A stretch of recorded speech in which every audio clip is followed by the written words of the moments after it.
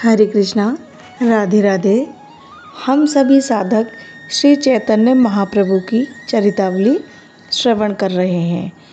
प्रसंग है जगाई और मदाई की प्रपन्नता। भगवान विभीषण के आने पर वानरों से कह रहे हैं, एक बार भी जो प्रपन्न होकर मैं तेरा हूँ ऐसा कहकर मुझसे कृपा की याचना करता है, उसे मैं सर्वभूतों से अभय प्रदान करता हूँ, ऐसी मेरी प्रतिज्ञा है। वृंदावन में एक परम भगवत भक्त माता ने हमें यह कथा सुनाई थी। भक्त भयभंजन भगवान द्वारका के भव्य भोजन भवन में बैठे हुए सत्यभामा आदि भामनियों से घिरे हुए भोजन कर रहे थे। भगवान एक बहुत ही सुंदर सुवर्ण चौकी पर विराजमान थे। सुवर्ण के बहुमूल्य थालों में भांति भांति के स्वादिष्ट व्यंजन सजे हुए थे। बहुमूल्य रत्न जड़ित कटोरियों में विविध प्रकार के पेय पदार्थ रखे हुए थे। सामने रुक्मणी जी बैठी हुई पंखा डुला रही थीं। इधर उधर अन्य पटरानियां बैठी हुई थीं। सहसा भगवान भोजन करते करते एकदम रुक गए। उनके मुख का ग्रास मुख में था और हाथ का हाथ में। वे निर्जीव मूर्ति की भांति ज्यों के त्यों ही स्तंभित रह गए। उनका कमल के समान प्रफुल्लित मुख एकदम कुम्हला गया। आँखों में आंसू भरकर वे रुक्मणी जी की ओर देखने लगे। सभी पटरानियां भगवान के ऐसे भाव को देखकर भयभीत हो गईं। वे किसी भावी आशंका के भय से भयभीत हुई सी प्रभु के मुख की ओर निहारने लगी। कुछ कंपित स्वर में भयभीत होकर रुक्मणी जी ने पूछा, प्रभु आपकी एक साथ ही ऐसी दशा क्यों हो गई? मालूम पड़ता है कहीं आपके परम प्रिय किसी भक्त पर भारी संकट पड़ा है, उसी के कारण आप इतने खिन्न हो गए हैं। क्या मेरा ये अनुमान ठीक है? रुक्मणी जी की ओर देखते हुए प्रभु ने कहा, तुम्हारा अनुमान असत्य नहीं है। अधीरता प्रकट करते हुए रुक्मणी जी ने कहा, प्राणेश्वर, मैं उन महाभाग भक्त का और उनकी विपत्ति का हाल जानना चाहती हूँ। विष्णु स्वर में भगवान ने कहा, दुष्ट दुशासन भरी सभा में द्रुपद सुता के चीर को खींच रहा है। गुरुजनों के सामने उस पतिव्रता को नग्न करना चाहता है। द्रुपद सुता के दुख की भारी बात सुनकर नारी सुलभ भीरुता और कातरता के साथ जल्दी से रुक्मणी जी ने कहा, तब आप सोच क्या रहे हैं? जल्दी से उसकी सहायता क्यों नहीं करते, जिससे उसकी लाज बच सके? प्रभु, उस दीनहीन अबला की रक्षा करो नाथ, उसके दुख से मेरा दिल धड़कने लगा है। गदगद कंठ से भगवान ने कहा, सहायता कैसे करूं? उसने तो अपने वस्त्र का एक छोर दांतों से दबा रखा है। वह सर्वतो भावेन मेरा सहारा न लेकर दांतों का सहारा ले रही है। जब तक वह सब आशाओं को छोड़कर पूर्ण रूप से मेरे ही ऊपर निर्भर नहीं हो जाती, तब तक मैं उसकी सहायता कर ही कैसे सकता हूँ। भगवान द्वारका में इतना कह ही रहे थे कि द्रौपदी ने सब ओर से अपने को निसहाय समझकर भगवान का ही आश्रय लेने का निश्चय किया। उसके मुख में कृश इतना ही निकला था कि दांतों में से वस्त्र छूट गया।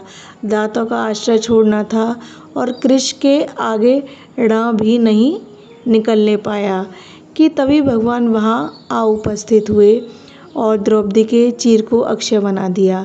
इसी का वर्णन करते हुए सूरदास जी कहते हैं, द्रुपद सुता निर्बल भई तादिन, गही लाज लाए निज धाम। दुशासन की भुजा थकित भई, बसन रूप भय श्याम, सुनेरी मैंने निर्बल के बलराम। क्योंकि जब तक मनुष्य को अपने बल का आश्रय है, तब तक वह अपने को ही बली और समर्थ माने बैठा है। तब तक भगवान सहायता क्यों करने लगे? वे तो निर्बलों के सहायक हैं, निष्किंचनों के रक्षक हैं। इसलिए आगे सूर कहते हैं, अप बल तप बल और बाहुबल, चौथा है बलदाम, सूर किशोर कर पाते सब बल। हारे को हरि राम, सुनेरी मैंने निर्बल के बलराम। जगाई मधाई के पास अन्याय से उपार्जित यथेष्ट धन था। शरीर उन दोनों का पुष्ट था। शासक की ओर से उन्हें अधिकार मिला हुआ था। धन जन सेना तथा अधिकार सभी के मर्द में वे अपने को ही कर्ता समझे बैठे थे। इसलिए प्रभु भी इनसे दूर ही रहे आते थे। जिस क्षण ये अपने सभी प्रकार के अधिकार और बलों को भुलाकर निर्बल और निष्किंचन बन गए, उसी समय प्रभु ने इन्हें अपनी शरण में ले लिया। उस क्षण भर के ही उपशम से वे उम्र भर के पुराने पापी सभी वैष्णवों के कृपाभाजन बन गए। प्रपन्नता और शरणगति में ऐसा ही जादू है। जिस क्षण तेरा हूँ कहकर सच्चे दिल से उनसे प्रार्थना करो, उसी क्षण वे अपना लेते हैं। वे तो भक्तों के लिए भूखे से बैठे रहते हैं, लोगों के मुख की ओर ताकते रहते हैं कि कोई अब कहे कि मैं तुम्हारा हूँ। यहाँ तक कि अजामिल ने झूठे ही पुत्र के बहाने नारायण शब्द कह दिया। बस इतने से ही उसकी रक्षा की और उसके जन्म भर के पाप क्षमा कर दिए। भक्तगण जगाई मधाई दोनों भाइयों को साथ लेकर प्रभु के यहाँ आए। सभी भक्त यथास्थान बैठ गए। एक उच्चासन पर प्रभु विराजमान हुए। उनके दाएं बाएं गदाधर और नित्यानंद जी बैठे। सामने वृद्ध आचार्य अद्वैत विराजमान थे। इनके अतिरिक्त पुंडरीक, विद्यानिधि, हरिदास, गरुण, रमाई पंडित, श्रीनिवास, गंगाधर, बक्रेश्वर, चंद्रशेखर आदि अनेकों भक्त प्रभु के चारों ओर बैठे हुए थे। बीच में ये दोनों भाई जगाई और मधाई नीचा सिर किए आँखों में से अश्रु बहा रहे थे। इनके अंग प्रत्यंग से विषणता और पश्चाताप की ज्वाला से निकलती हुई दिखाई दे रही थी। दोनों का शरीर पुलकित सा हो रहा था। दोनों ही नित्यानंद और प्रभु की भारी कृपा के बोझ से दबे से जा रहे थे। उन्हें अपने शरीर का होश नहीं था। प्रभु ने उन्हें इस प्रकार विषादयुक्त देखकर उनसे कहा, भाइयों, तुम पर श्रीपाद नित्यानंद जी ने कृपा की है। अब तुम लोग शोक मोह छोड़ दो। अब तुम निष्पाप बन गए। भगवान ने तुम्हारे ऊपर बड़ी कृपा की है। प्रभु की बात सुनकर गद्गद कंठ से रोते हुए दोनों भाई बोले, प्रभु, हम पापियों का उद्धार करके आज आपने अपने पतित पावन नाम को यथार्थ में ही सार्थक कर दिया है। आपका पतित पावन नाम तो आज ही सार्थक हुआ। अजामिल को तारने में आपकी कोई प्रशंसा नहीं थी, क्योंकि उसने सब पापों को क्षय करने वाला 4 अक्षरों का नारायण नाम तो लिया था। घड़ी का सुआ पढ़ते पढ़ते ही राम नाम का उच्चारण करती थी। कैसे भी सही भगवान नाम का उच्चारण तो उसकी जीवा से होता था। वाल्मीकि जी ने सहस्त्रों वर्षों तक उल्टा ही सही नाम जप तो किया था। खेत में उल्टा सीधा कैसा भी बीज पड़ना चाहिए, वह जम अवश्य आवेगा। दंत्रवक्र, शिशुपाल, रावण, कुंभकर्ण, शक्टासुर, शंबासुर, अघासुर, बकासुर, कंस आदि सभी असुर और राक्षसों ने द्वेष बुद्धि से ही सही आपके रूप का चिंतन तो किया था। वे उठते बैठते सोते जागते सदा आपका ध्यान तो करते रहते थे।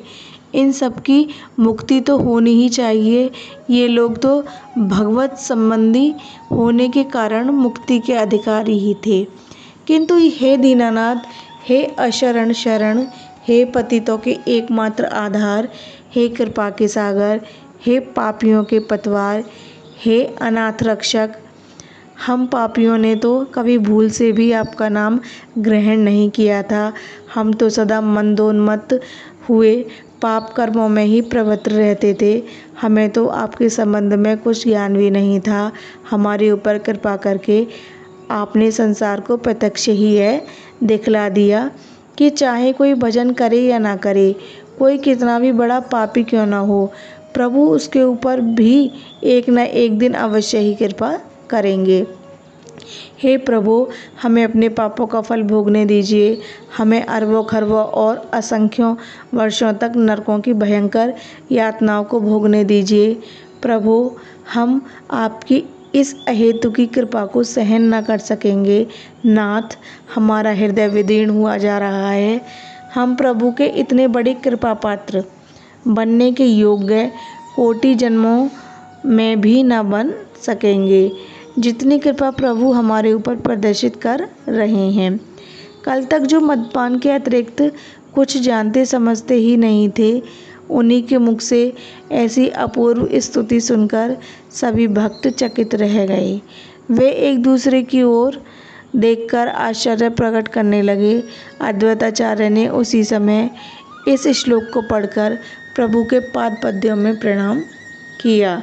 मूकं करोति वाचालं पंगु लंघयते गिरिम यत्कृपा तमहं वंदे परमानंद माधवम। जिसकी कृपा से गूंगा भी वक्ता हो जाता है और लंगड़ा भी बिना किसी के सहारे के पहाड़ की चोटी पर चढ़ जाता है, उन परम आनंद स्वरूप प्रभु के पाद पद्यों में हम प्रणाम करते हैं। जगाई मदाई की ऐसी स्तुति सुनकर प्रभु ने उनसे कहा, तुम दोनों भाई सभी भक्तों की चरण वंदना करो। भक्तों की पद धूलि से पापी पुरुष भी परम पावन और पुण्यात्मा बन सकता है। प्रभु की आज्ञा पाकर दोनों भाई अपने अश्रुओं से भक्तों के चरणों को भिगोते हुए उनकी चरण वंदना करने लगे। सभी भक्तों ने उन्हें हृदय से परम भागवत होने का सर्वोत्तम आशीर्वाद दिया। अब महाप्रभु ने उनकी शांति के लिए दूसरा उपाय सोचा। भगवती भागीरथी सभी के पापों को जड़ मूल से उखाड़कर फेंक देने वाली है। अतः आपने भक्तों से जाह्नवी के तट पर चलने के लिए कहा। चांदनी रात्रि थी, गर्मी के दिन थे। लोग कुछ तो सो गए थे, कुछ सोने की तैयारी कर रहे थे। उसी समय सभी भक्त इन दोनों भाइयों को आगे करके संकीर्तन करते हुए और प्रेम में नाचते गाते गंगा स्नान के निमित्त चले। संकीर्तन और जय जयकारों की तुमुल ध्वनि सुनकर सहस्त्रों नर नारी गंगा जी के घाट पर एकत्रित हो गए। बहुत से तो घाट पर से वैसे ही बिना वस्त्र पहने उठकर चले आए। कोई भोजन करने से ही दौड़े आए। पत्नी पतियों को छोड़ करके, माता पुत्रों को परित्याग करके तथा बहुएं अपनी सास ननदों की कुछ भी न परवाह करके संकीर्तन देखने के निमित्त दौड़ी आईं। सभी आकर भक्तों के साथ संकीर्तन करने में निमग्न हो गए। सभी एक प्रकार के अपूर्व आकर्षण के वशीभूत होकर अपने आप को भूल गए। महाप्रभु ने संकीर्तन बंद करने की आज्ञा दी और इन दोनों भाइयों को साथ लेकर वे स्वयं जल में घुसे। उनके साथ नित्यानंद, अद्वैताचार्य, श्रीवास तथा गदाधर आदि सभी भक्तों ने भी जल में प्रवेश किया। जल में पहुंचकर प्रभु ने दोनों भाइयों से कहा, जगन्नाथ, जगाई और माधव, मदाई, तुम दोनों अपने अपने हाथों में जल लो। प्रभु की आज्ञा पाते ही दोनों ने अपने अपने हाथों में जल लिया। तब प्रभु ने गंभीरता के स्वर में अत्यंत ही स्नेह के साथ दयाद्र होकर कहा, आज तक तुम दोनों भाइयों ने जितने पाप किए हों, इस जन्म में या पिछले कोटि जन्मों में, उन सभी को मुझे दान कर दो। हाथ के जल को जल्दी से फेंकते हुए अत्यंत ही दीनता के साथ कातर स्वर में उन दोनों भाइयों ने कहा, प्रभु, हमारा हृदय फट जाएगा। भगवान, हम मर जाएंगे। हमें ऐसी घोर कर्म करने की आज्ञा अब न प्रदान कीजिए। प्रभु, हम आपकी इतनी कृपा को कभी सहन नहीं कर सकते। हे दीनों के दयाल, जिन चरणों में भक्तगण नित्य प्रति भांति भांति के सुगंधित चंदन और विविध प्रकार के पत्र पुष्प चढ़ाते हैं, उनमें हमें अपने असंख्य पापों को चढ़ाने की आज्ञा ना दीजिए। संसार हमें धिक्कारेगा कि प्रभु के पावन पाद पद्यों में इन पामी पामर प्राणियों ने अपने पाप पुंजों को अर्पण किया। प्रभु, हम दब जाएंगे, यह काम हमसे कभी नहीं होने का। प्रभु ने इन्हें धैर्य बंधाते हुए कहा, भाइयों, तुम घबराओ नहीं। तुम्हारे पापों को ग्रहण करके मैं पावन हो जाऊंगा। मेरा जन्म धारण करना सार्थक हो जाएगा। तुम लोग संकोच न करो। प्रभु की इस बात को सुनकर नित्यानंद जी ने उन दोनों भाइयों से कहा, तुम लोग इतना संकोच मत करो, ये तो जगत को पावन बनाने वाले हैं, पाप इनका क्या बिगाड़ सकते हैं। ये तो त्रिभुवन पापहारी हैं। तुम अपने पापों का संकल्प कर दो। नित्यानंद जी की बात सुनकर रोते रोते इन दोनों भाइयों ने हाथ में जल लिया। नित्यानंद जी ने संकल्प पढ़ा और प्रभु ने दोनों हाथ फैलाकर उन दोनों भाइयों के संपूर्ण पापों को ग्रहण कर लिया। आहा, कैसा अपूर्व आदर्श है। दूसरे के पाप ग्रहण करने से ही तो गौरांग पतित पावन कहा सके। उनके पापों को ग्रहण करके प्रभु बोले, अब तुम दोनों निष्पाप हो गए। अब तुम मेरे अत्यंत प्रिय परम भागवत वैष्णव बन गए। आज से जो कोई तुम्हारे पुराने पापों को स्मरण करके तुम्हारे प्रति घृणा प्रकट करेगा, वह वैष्णव द्रोही समझा जाएगा। उसे घोर वैष्णव अपराध का पातक लगेगा। यह कहते कहते प्रभु ने फिर दोनों को गले से लगा लिया। वे भी प्रभु का प्रेमालिंगन पाकर मूर्छित होकर जल में गिर पड़े। उस समय प्रभु के अत्यंत ही अंतरंग भक्तों को तपाए हुए स्वर्ण के समान रंग वाला प्रभु का शरीर किंचित कृष्ण वर्ण का प्रतीत होने लगा। पाप ग्रहण करने से वह काला हो गया। इसके अनंतर सभी भक्तों ने आनंद और उल्लास के सहित खूब स्नान किया। मारे प्रेम के सभी भक्त पागल से हो गए थे। स्नान करते करते वे आपस में एक दूसरे के ऊपर जल उलीचने लगे।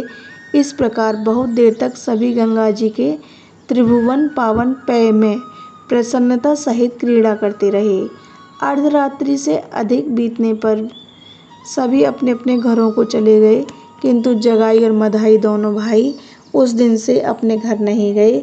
वे श्रीनिवास पंडित के घर ही रहने लगे। जय जय श्री राधे।